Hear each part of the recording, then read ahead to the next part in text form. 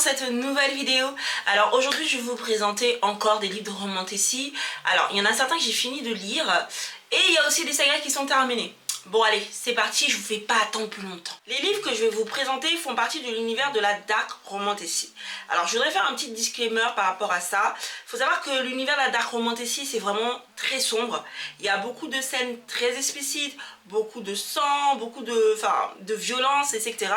De toutes les façons, dans certains livres de dark romantasy, les autrices font des espèces de disclaimers sur le livre en prévenant les personnes en leur disant bah il y a ça qui pourrait vous choquer, il y a ça qui pourrait pas aller. Donc vraiment, moi je conseille vraiment l'univers de la dark romantasy à des adultes, vraiment adultes, hein. Pas jeunes adultes ni dans l'adolescence. Je sais qu'il y a certaines personnes qui ont accès à ces livres là, mais vraiment je vous avoue que même moi en tant qu'adulte, il y a certaines scènes qui sont un petit peu, on va dire, choquantes. Première dark romance, La Cité aux épines, qui est une saga qui est terminée. Il y a exactement que 3 tomes. Bien entendu, c'est de Crawford. Alors, franchement, j'ai bien aimé. C'est une bonne lecture. Le tome 3, il m'a manqué quelques éléments pour me dire « Ah, ça pourrait être un coup de cœur ». Mais vous n'allez pas vous ennuyer, sachant que l'histoire se termine très bien. Donc, on est plutôt satisfait sur la fin. Mais pour que ça devienne un coup de cœur, moi, personnellement, ça m'a manqué de quelque chose. Vraiment, ça m'a manqué d'un truc.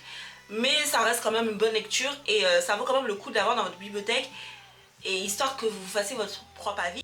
Petit rappel assez rapide de l'histoire. En fait, c'est l'histoire de Rowan qui va essayer de retrouver l'assassin de sa mère, et elle va se faire kidnapper par erreur par Orion, qui est un démon qui l'a confondu avec une succube qui l'a trahi il y a très longtemps.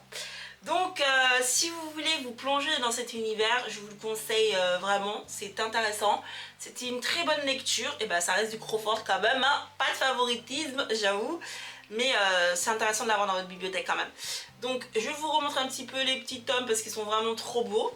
Ça c'est le tome 1 et ça c'est le tome 2, et ensuite nous avons le fameux tome 3. Nous allons rester dans l'univers de la dark romantasy et je vais vous présenter Fantasma. Alors sincèrement, il y a eu beaucoup de fame par rapport à ce livre, et pour l'avoir lu, c'est une bonne lecture. Sincèrement, j'ai pas eu de coup de cœur. C'est vraiment un bon livre, c'est très bien écrit, l'histoire est intéressante. C'est une dark romantasy et c'est très sombre, vraiment très sombre. Même l'autrice en début de livre vous fait un petit disclaimer par rapport à ça. Alors c'est l'histoire de Guenièvre et de Ophélia, qui sont 2 sœurs. Leur mère vient de mourir et elles découvrent qu'elles sont endettées. Guenièvre, sans l'accord de Ophélia, décide de participer à un jeu qui s'appelle Fantasma. Ophélia, voyant que sa sœur a disparu, décide de s'inscrire elle aussi à ce jeu pour essayer de sauver sa sœur. Et dans ce jeu, elle va faire la rencontre de Blackwell, qui va l'aider à passer les épreuves. Le gagnant de toutes ces épreuves obtient le vœu qu'il souhaite, mais vraiment n'importe lequel.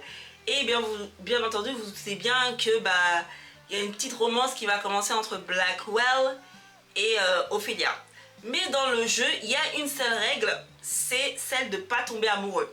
Ah, vous découvrirez pourquoi plus tard. Un tome 2 qui est consacré à Guenièvre cette fois-ci. Je pense pas que je l'achèterai parce que je pense que j'ai tellement aimé l'histoire de Ophélia et de Blackwell que me dire je dois passer à la deuxième sœur, ça va être un peu compliqué. Sachant que ça n'a pas été vraiment un coup de cœur, ça a été plutôt une bonne lecture. Donc ça m'a pas donné envie de découvrir le tome 2.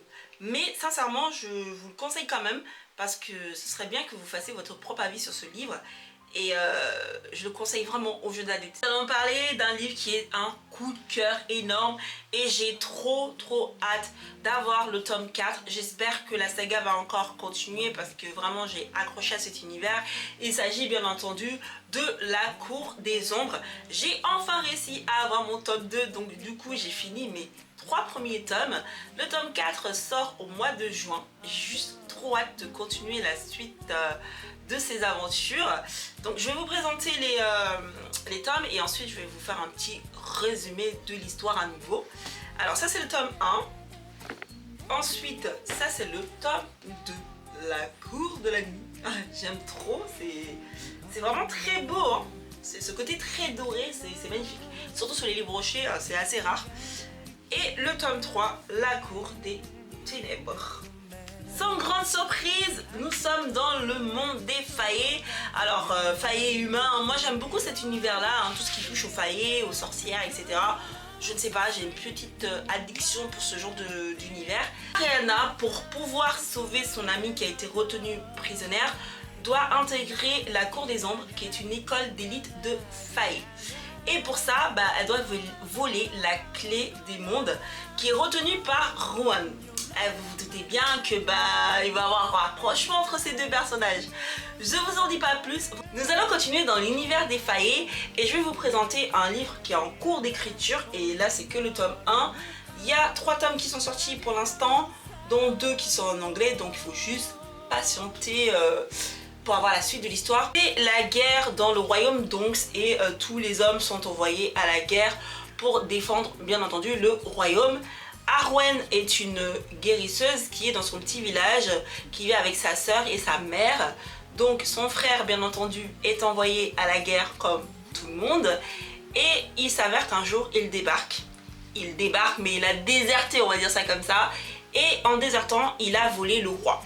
Ce qui se passe, c'est que malheureusement pour lui, le roi va décider de le pourchasser et c'est Arwen qui va se faire kidnapper. Et pour essayer de sauver sa vie, elle propose de soigner les soldats du roi. Énorme coup de cœur pour ce bouquin.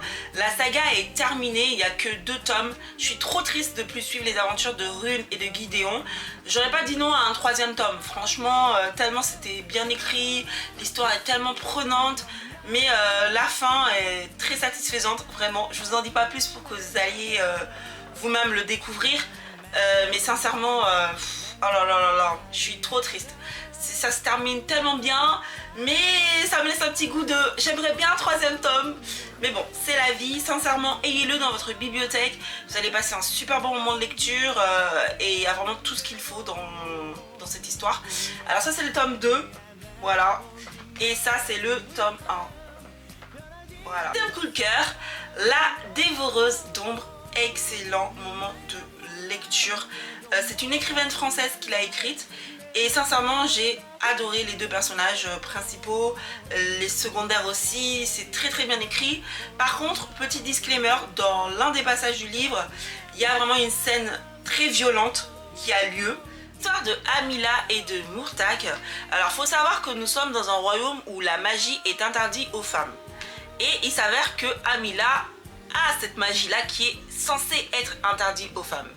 Murtagh est un mage qui est au service du royaume voisin, du royaume dans lequel vit Amila. Alors, faut savoir qu'Amila va être obligée d'épouser un général plutôt vieux et cruel. Et je vous confirme qu'il est vraiment cruel.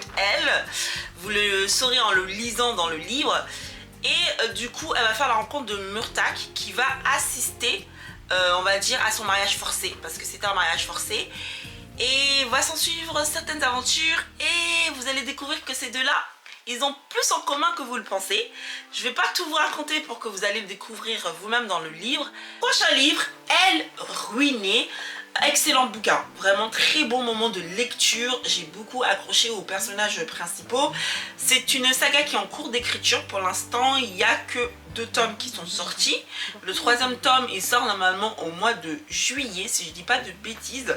Mais vraiment, excellent moment de lecture. L'histoire de Val et de sa petite sœur qui vivent avec les traqueurs de magie dans une grotte ou dans lequel elles sont un petit peu maltraitées.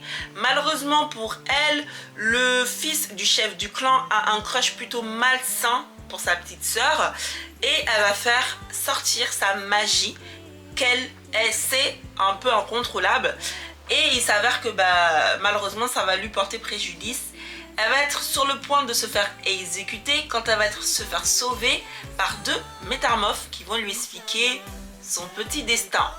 Je vous en dis pas plus pour que vous ayez vous-même découvrir le livre. Ainsi se termine cette vidéo. Je te dis à très bientôt dans une nouvelle vidéo où je vais te présenter les livres de romantasy que j'ai fini de lire et les nouveautés également que j'ai achetées. Et oui, malheureusement, je ne fais que ça. acheter de la romantasy tellement je suis accro à cet univers. N'hésite pas à commenter, à liker et à t'abonner si ça te plaît. Et je te dis à très bientôt dans une nouvelle vidéo. Bye!